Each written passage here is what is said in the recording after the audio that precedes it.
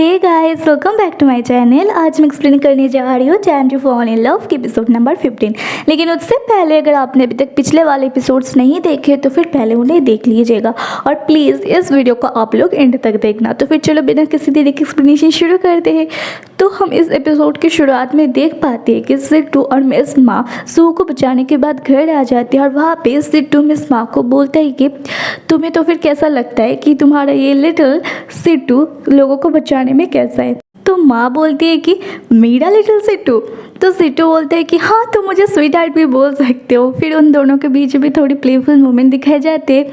फिर इधर यहाँ पे जीचिंग और सू को दिखाया जाता है जहाँ पे सू के पैर में चोट आया होता है। इस वजह से जीचिंग उसको उठा के बेड तक लेके आता है। फिर सू बोलती है कि तुम मुझे क्या मेडिकल किट ला के दे सकते हो। तो जीचिंग बोलते हैं कि क्यों तुम्हारे पैर में क्या फिर से दर्द हो रहा है। तो सू बोलती है कि नहीं, डॉक्टर ने तब देख लिया था, अब मेरा पैर बिल्कुल ठीक है, बिल्कुल भी दर्द नहीं हो रहा है। मैं ये तुम्हारे लिए मांग रही हूँ कि तब बहुत सारा बॉक्स तुम्हारे ऊपर गिर गया था, तुम्हें चोट लगा होगा। तो जीचिंग बोलते हैं कि नहीं मैं बिल्कुल ठीक हूँ। तो सू फिर भी नहीं मानती, इस वजह से जीचिंग को लाना ही पड़ता है। फिर जीचिंग अपना टी शर्ट निकालता है और सू उसके चोट पे दवाई लगा देती है। फिर वहाँ पे बातों ही बातों में जीचिंग सू को बोलता है कि तुम मेरे को वादा करो कि अब से अगर तुम किसी भी प्रॉब्लम में पड़ोगी तो फिर सबसे पहले तुम मुझे कॉल करोगी, क्योंकि तुमको यहाँ पे मेल आया। तो फिर थोड़ी देर बाद का सीन दिखाया जाता है जहाँ पे दोनों ही सो रहे थे परंतु किसी को भी नींद नहीं आ रही थी। तो सू बोलती है कि जीचिंग क्या तुम अभी भी जागे हुए हो। तो जीचिंग बोलता है कि हाँ तो क्या हुआ, क्या तुम्हें नींद नहीं आ रही है, जो हुआ आज वही सब याद आ रही है क्या। तो सू बोलती है कि जब मेरे को वो याद आ रहा है कि आज जो भी हुआ तो मुझे थोड़ा डर लग रहा है। तो ये सुन के जीचिंग सोफे से उठ के सू के पास बेड पे आ जाता है उसको कंपनी देने के लिए और बोलता है कि तुम सो जाओ, मैं यहीं पे हूँ। तो सू भी थोड़ी देर के बाद सो जाती है परंतु वो जीचिंग के हाथ के ऊपर ही सो जाता है। वो बेचारा वहीं पे वैसे ही बैठे बैठे सो जाता है। फिर सुबह हो जाता है, जब दोनों देखते हैं कि वो एक दूसरे के इतने क्लोज थे तो दूर हो जाते हैं थोड़ा सा। और तब सू रियलाइज़ करती है कि वो पूरी रात उसी के हाथ के ऊपर सो रही थी। तो वो बोलती है कि तुम्हें दर्द हो रहा होगा ना, मैं पूरी रात तुम्हारे हाथ के ऊपर सो गई। तो जीचिंग उसके सामने बोलता है कि नहीं मैं एक मैन हूँ, मुझे इतनी जल्दी दर्द नहीं होता है। फिर वो बोलता है कि ठीक है तो फिर तुम बेड पे रहो, मैं तब तक खाना बना लेता हूँ, ब्रेकफास्ट बना लेता हूँ। तो वो फिर रूम से बाहर जाता है और फिर उसको दर्द होता है जब उसका रिएक्ट करने लगता है। मतलब उसके सामने तो बहुत ज़्यादा दिखा रहा था परंतु वाकई में उसको भी दर्द हो रहा था। फिर इधर सू के पास उसके पापा का कॉल आता है जो एक्चुअल में ही जिनशी को कॉल करना चाहते थे परंतु उसके पापा को भी पता नहीं होता है कि यहाँ पे ही जिनशी के नाम पे एक्चुअल में सू है। तो वो बोलते हैं कि ही जिनशी मैं तुमको बहुत ही ज़्यादा मिस कर रहा हूँ, तो तुम अपने फियांसी जीचिंग के साथ अब यहाँ पे आ जाओ जल्दी मुझसे मिलने के लिए। तो सू मना तो करना चाहती थी परंतु उसके पापा उससे पहले ही कुछ बिना सुने ही कॉल कट कर देता है। फिर दिखाते हैं कि सू के पापा उनकी बहन के साथ वेट कर रहा था, तभी वहाँ पे सू जीचिंग के साथ आता है। वहाँ पे सू को बिल्कुल भी अच्छा नहीं लगता है क्योंकि पहले से ही उसके पापा के साथ रिलेशन बिल्कुल भी सही नहीं है।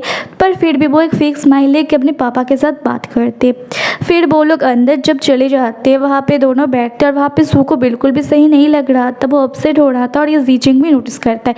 फिर उसकी आंटी आके उनके साथ एक फैमिली फ़ोटो लेना चाहती थी परंतु सू मना कर देती क्योंकि वो वैसे भी इनके साथ रहती नहीं थी।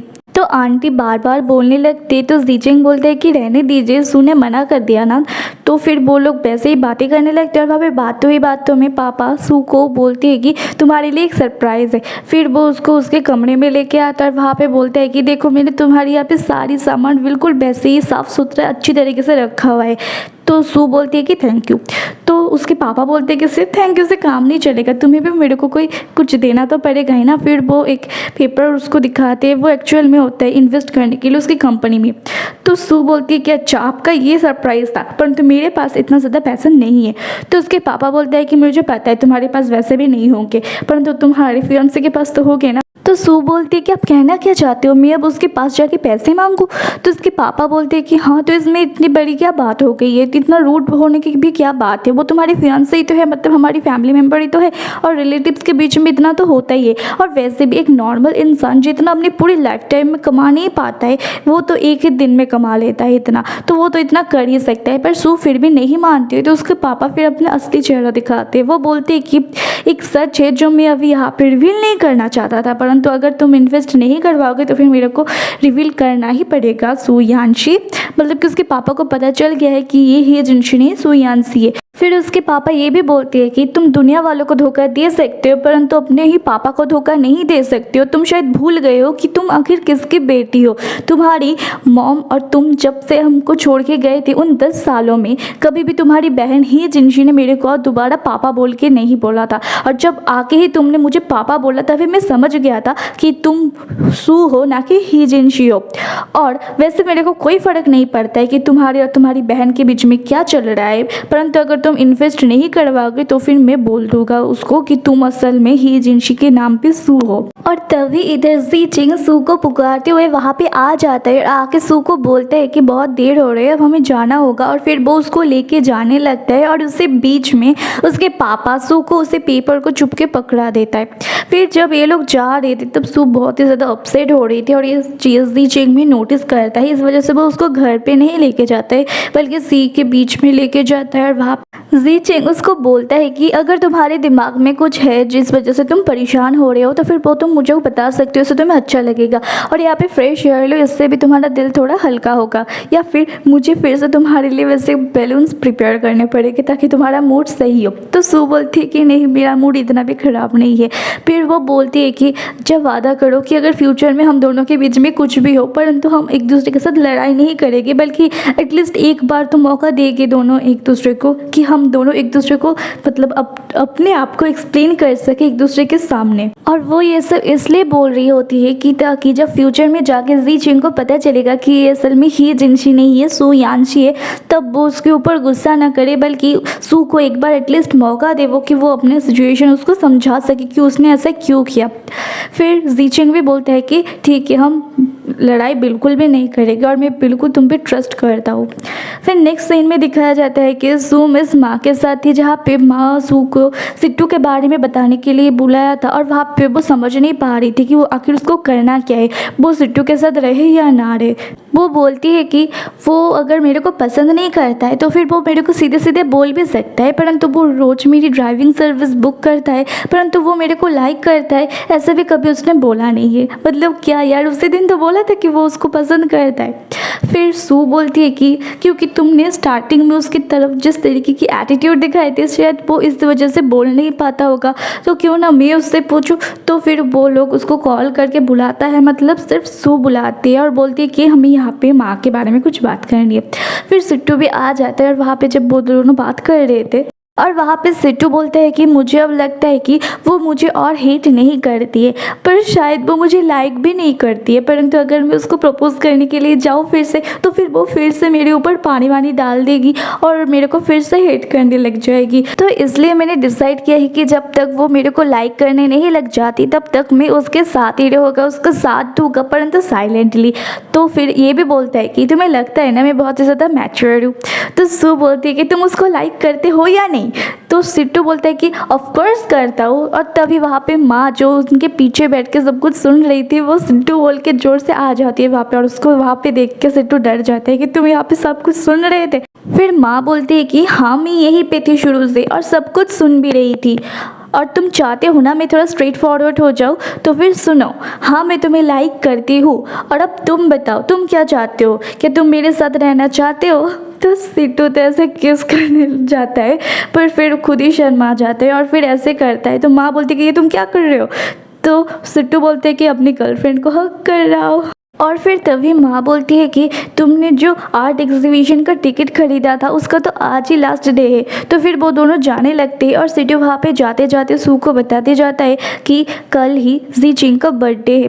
फिर दिखाते हैं कि सू रात तक काम करती है ऑफिस में और काम कंप्लीट करने के बाद वो केक देखने लगती है। फिर जब वो बाहर जा रही थी तब वो नोटिस करते हैं कि आज टाइफून आने वाला है। फिर भी वो वहाँ पर शॉपिंग करने के लिए जाता है और साथ में जी चिंग को भी मैसेज कर देता है कि टाइफून आने वाला है, इस वजह से जल्दी घर आ जाना।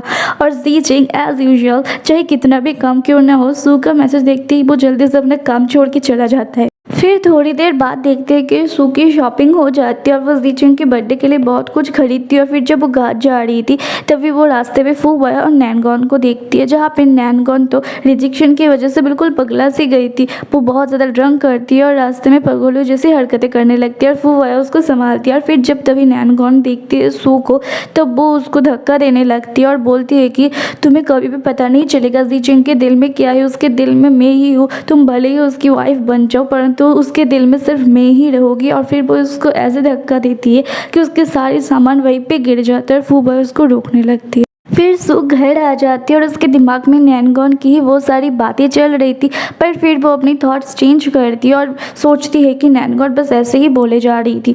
फिर वो बर्थडे के लिए सब कुछ प्रिपेयर करने लगती है, सारी चीज़ों को। फिर वो सोचने लगती है कि ये ज़ीचेंग के नंबर ऑब्सेशन की वजह से सारी चीज़ों को ऐसे दो दो करके रखना, ये जब भी मैं देखता हूँ ना तभी मुझे बहुत ही ज़्यादा अजीब लगता है, परंतु फिर भी उसको इसी में कंफर्टेबल फील होता है। फिर इधर देखती है कि ज़ीचेंग घर आ रहा था और तभी वहाँ पे सिट्टू उसको कॉल करता है और बोलता है कि हैप्पी बर्थडे, परंतु वो आज टाइफून की वजह से उसके साथ बर्थडे सेलिब्रेट नहीं कर सकता है। ये उसकी वजह से वो अगले 3 दिन तक उसके साथ बर्थडे सेलिब्रेट करेगा ये बोलता है और साथ में उसको टेस्ट भी करने लगता है कि आज आप सू के साथ ही बर्थडे सेलिब्रेट कीजिए। और इधर घर पे दिखाते हैं कि सू कैंडल जलाने के लिए लाइटर ढूंढ रही थी और फिर उसको ढूंढते ढूंढते एक बॉक्स मिलता है जो वो ओपन करती है, तो वहाँ पे उसके अंदर वो देखते हैं कि बचपन की ज़ीचेंग की फ़ोटो होती है और उसके साथ उसके एक भाई की भी फ़ोटो होती है। पर तभी वहाँ पे ज़ीचेंग आ जाता है तो सू के हाथ से अचानक से वो उसकी आवाज़ सुन के वो बॉक्स गिर जाता है और ज़ीचेंग वो देखता है। और फिर इसी के साथ एपिसोड यहीं पे ख़त्म हो जाता है। अगर वीडियो आप यहाँ तक देख रहे हो तो फिर इसके लिए आपका बहुत बहुत शुक्रिया।